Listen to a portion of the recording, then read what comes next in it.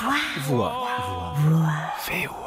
Portrait de voix Par les studios VOA. Bonjour Marilyn. Alors tu es comédienne depuis 20 ans. Peux-tu nous parler un petit peu de ton parcours et nous raconter comment tu es tombée dans la voix off? J'ai commencé donc à prendre des cours de théâtre, à avoir un job pour me payer mes cours. J'ai commencé avec le FILD, le Festival international d'expression artistique libre et désordonnée à Paris. Ensuite, j'ai fait un conservatoire d'arrondissement et après j'ai fait 10 ans de théâtre à peu près. Des castings, des pubs, enfin le parcours de comédien classique. Et quelqu'un m'a parlé d'un stage en me disant « Tu sais que tu as une jolie voix, pourquoi tu ferais pas ça ?» Et je me suis dit « Ben oui, pourquoi pas ?» J'avais jamais fait de stage AVDAS en fait avant.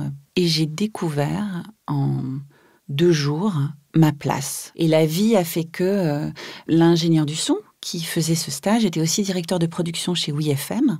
Et pendant ce stage qui a duré 15 jours, il m'a fait faire mon premier spot payé. Et Europe 1 m'a repéré. Europe 1 m'a demandé de faire un spot chez eux, qui était aussi un spot qui permettait à eux de faire connaissance et de voir si ça passait.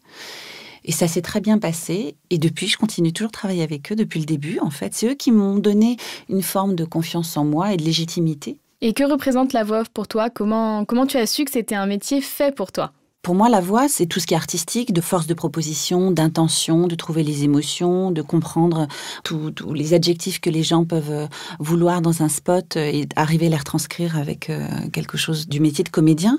Et l'autre côté, très technique, c'est-à-dire le micro, la durée du spot, toutes les contraintes techniques liées aux mots, plosives, s'il y a un berceau musical, s'il y a un dialogue, enfin toutes ces contraintes techniques, en fait, c'était moi. Et en plus, dans la voix off, il y a énormément de produits de la voix différents. Il y a les pubs, il y a les documentaires, les voice-overs.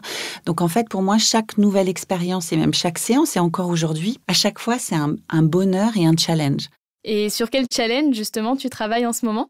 Alors là, depuis quelque temps maintenant, je suis la voix d'antenne de TMC. Je fais la voix off de la saga Leclerc en radio. Cette saga avec Philippe et Mathilde qui existe maintenant depuis 14 ans et demi. Donc moi, je suis avec eux depuis 1 an et demi. Les spots sont toujours fabriqués de la même façon. Donc il y a une partie sketch, la voix off, qui parle du produit en lui-même, et la fin du sketch. Et on essaye de laisser toute la place au sketch. Donc à chaque fois, moi, j'ai très peu de place.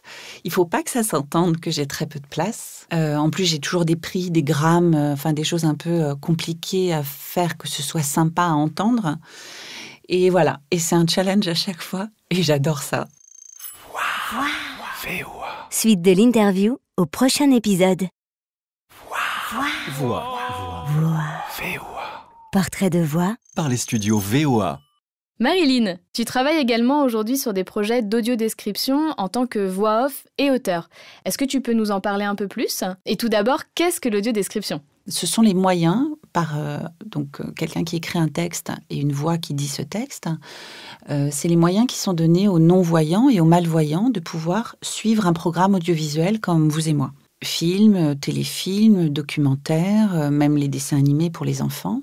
Et comment as-tu été amenée à te spécialiser dans l'audio-description? Qu'est-ce qui te plaît dans ce travail?